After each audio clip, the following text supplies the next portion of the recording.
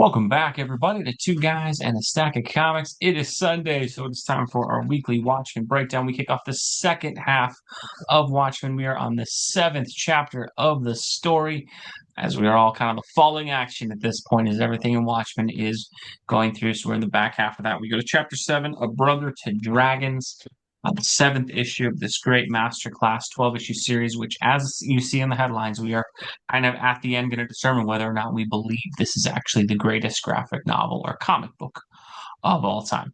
So this issue, we get a lot of building action. We've dealt with Rorschach. Rorschach's in prison. We finally put the focus on Dan and on Lori a little bit. They have been sort of side players in a lot of the main plot line.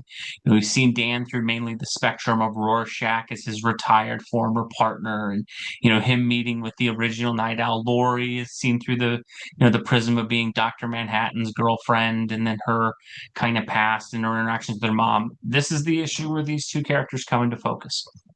And so we thought we'd kind of just walk through the issue. I think, again, a fantastic issue from Mr. Alan Moore. But Michael, can I get to you, starting with this issue, sir? What did you like about it? What did you take from it? What's your overall thoughts on the seventh chapter of Watchmen? I love that in the middle of the kind of frenetic pace of the story, that in this issue, it kind of gives us a chance to breathe and really get to know these two characters, Dan and Lori, who are going to play, a pivotal role, of course, in the rest of the story. And we kind of need to know who they are and how they relate to one another.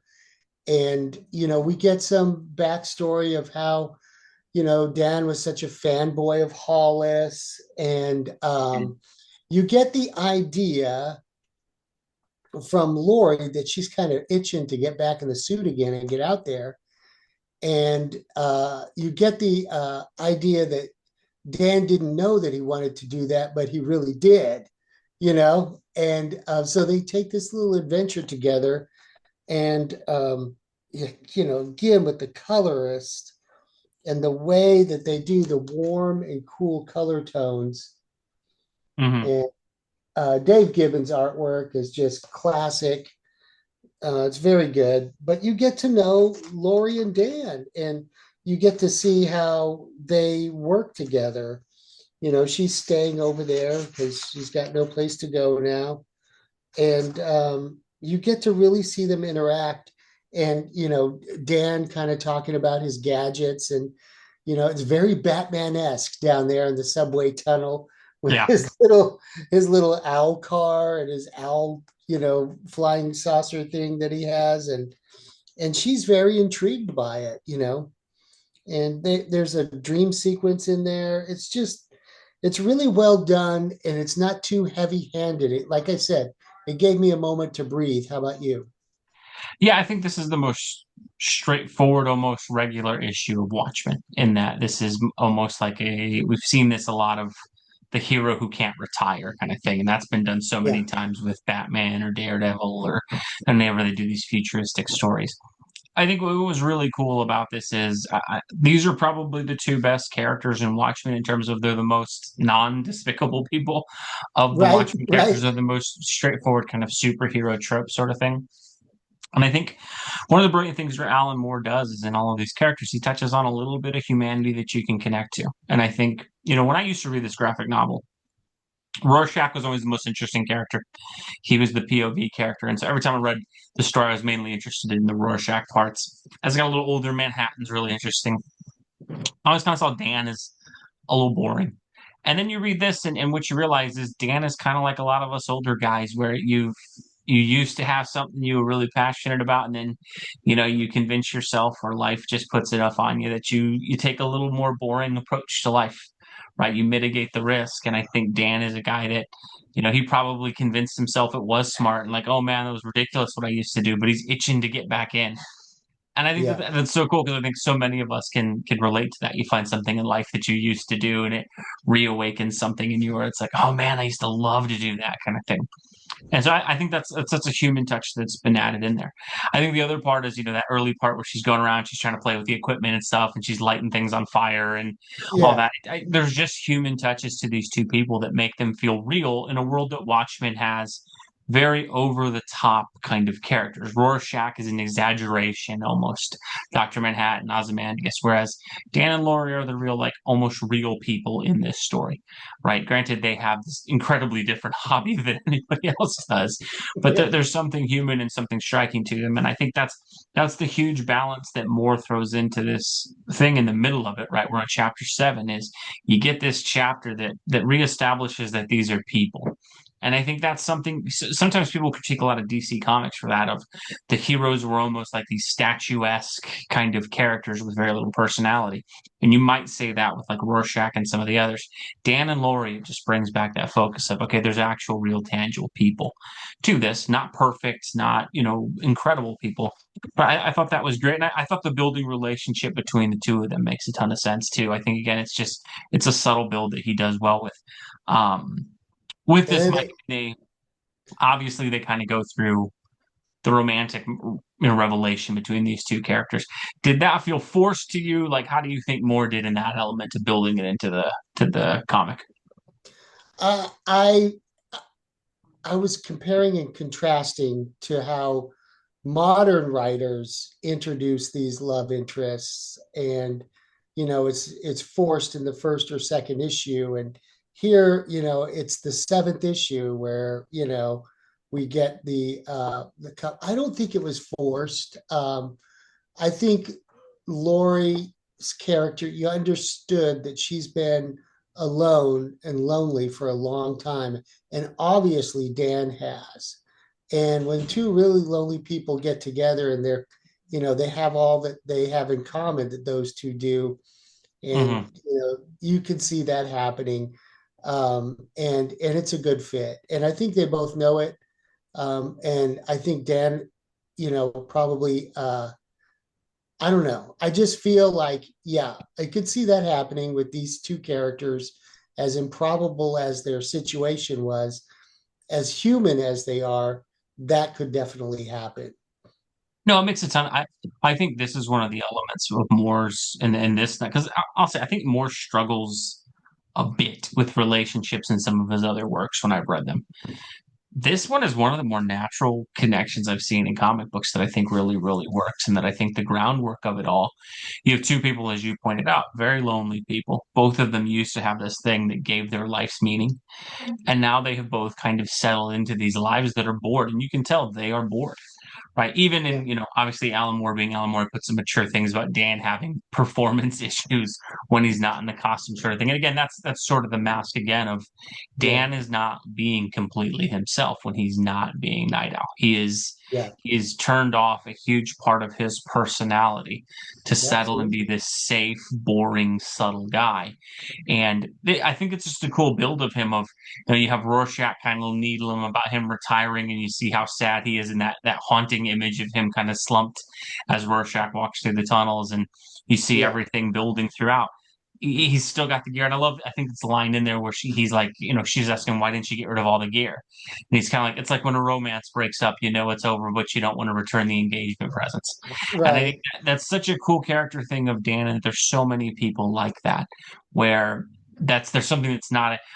I'll even notice in myself, like I still have my old high school jersey. It's not prominently displayed, but it's in a box somewhere, right? If Yeah, my kid brings it out, those memories and those things come rushing back of that. Not that I'm about to go throw that back on and try to play basketball because I'd go badly, but there is things I think for all of us in our past that really connect us and make. And I think the cool thing is more perfectly builds through the first 6 issues what happens with these two characters, and I think it's the most natural evolution of a character arc where it doesn't feel forced. And I think, like you pointed out, this is where a great writer separates. It's kind of the wheat from the chaff sort of thing. Is this probably would have happened in issue 2 or issue 3 in a series now, whereas Moore waits until you could almost argue it's too late, right? It's issue 7 out of 12, but yet you're still so invested in these characters, and I think that's such life that he breathes into these characters, into this entire world that we get.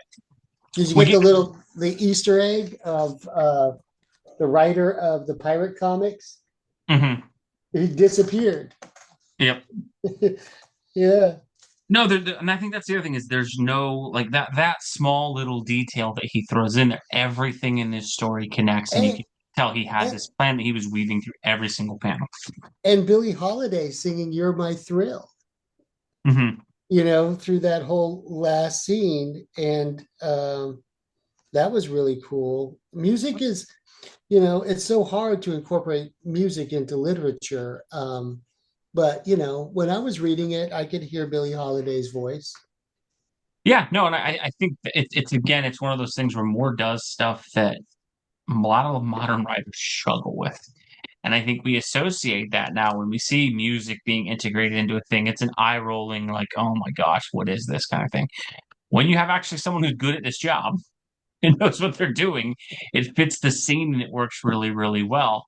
And you get the rescue scene at the end. And again, it's cool to get the one superhero scene of Watchmen is in this chapter of two people being superheroes saving people from a tenement fire. That's It not tarnished or doesn't have a stain on it like, some of Mhm. the previous scenes with, with Yeah, the when comedian. Rorschach's doing something, normally there's five layers of things that are questionable. Where you're like, I guess he did something good there, This but there is was just your four bad things. standard run of the mill fire rescue, and it was good.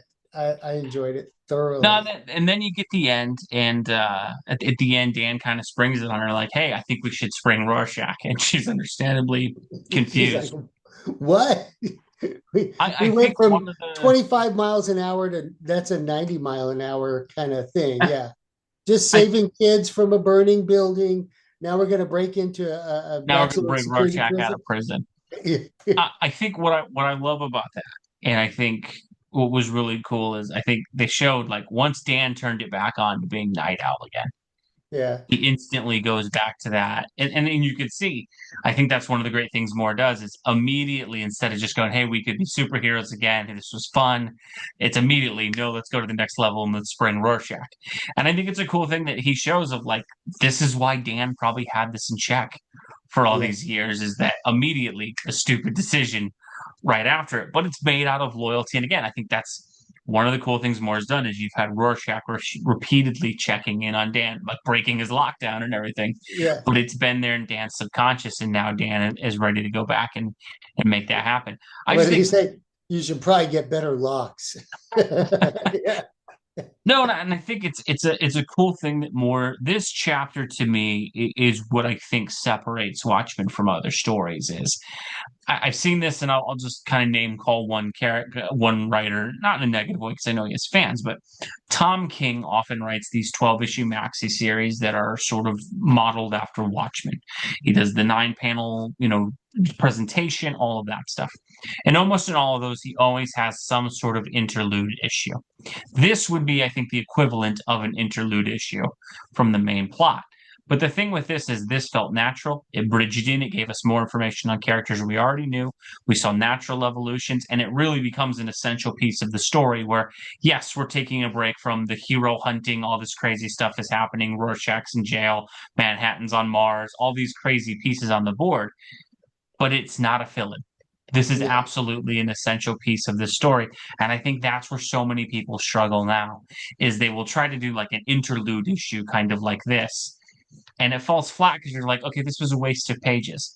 And that's the biggest thing through 7 issues that stands out with me with Moore is he doesn't waste anything. I think this is why this No. is regarded as such a classic. Is even like you mentioned that small page panel frame of the pirate comic creator has disappeared. Yeah. It's a small subtle thing, but we're invested in that pirate comic. We know what's happening with that, and Yeah. the world around Watchmen is escalating to this crazy degree of crazy things happening, and it's a small subtle reminder. It's just brilliantly subtle, What fantastic writing. what did you think about Dan's comments thinking back on Rorschach, how he was a different man at one time and he went crazy. The conspiracy theories ate his brain, or the mask ate his brain, he said. No, I think again, I think that's one of those subtle things that Moore touches on that is very human, and that many of us, obviously, none of us are masked costume Avengers, but I do think we all know somebody in our lives who used to be very different, and then something happened to them. Maybe it was a tragedy, maybe something personally bad happened to him, whatever it may be, and they changed. And it's easy to write those people out. And I like that Dan has that of like, no, we should probably check in on Rorschach and help him because he used to be somebody else. And Yeah. again, it's one of those. It's not over the top. It's not in your face. It doesn't become the whole point of the comic. It's Right. just this subtle human thing that all of us have probably had that friend or that person we know where it's like, man, Yeah. 10 years ago, they were a different person. And something Yeah. happened and everyone else just thinks they're crazy now. And maybe you're the person that can bring them out of it. It's again, I think where Dan, I was amazed reading this, how much I was more invested in Dan as a character than I'd ever been reading Watchmen before. Because I always Yeah. kind of pardoned him off as like the boring discount Blue Beetle Batman I combo know. character. But in all honesty, he's probably the only admirable person in this comic book, even though some of it's selfish and he's definitely Yeah. not, the most heroic person. It was really cool reading that and how much you were rooting for him and happy to see him take a turn. And I think it's just great, right? I think that's the crazy thing about this book is I think sometimes Watchmen, like many things, I do this with The Dark Knight all the time. I'll go, maybe it's overrated. And then you sit down and you watch it and you're like, oh my gosh, that's a great movie. And I think that's the thing with Watchmen is over time you hear enough people praise it. And it's, always have a little thing on there, the Time Magazine 100 Greatest Literary Works thing. And you're like, really? Come on. And you see deconstruction in comics and you read some of Alan Moore's stuff about superheroes. And it's like, man, that's really overrated. And then you actually sit down and you read it and you're like, man, that is an enthralling, fantastic piece of fiction, and it's why it earns the rep that it does. Small, subtle touches like that. Did you get to read the prose part at the back? Because Yeah, I with didn't Dan's this time. actual book, Dan's actual book is like a writer. Yeah, What is it? I didn't so get to it's read it this it's time. basically because Dan talks about in his how he pays the bills is he basically Oh, the birds. yeah, he Yes, the writes about birds, and I think ornithology. that's again, it's a cool, subtle touch that's in it. And that's where those prose sections and those things like that really work. In that it's I, not essential, but it's really cool if you love the world of I'm gonna. Watchmen to get these little I'm. peeks, kind of like Hollis Mason's autobiography that you get. Yeah, I love It's that. just and I think that's another cool thing. Me and you talk a lot about this with Conan now.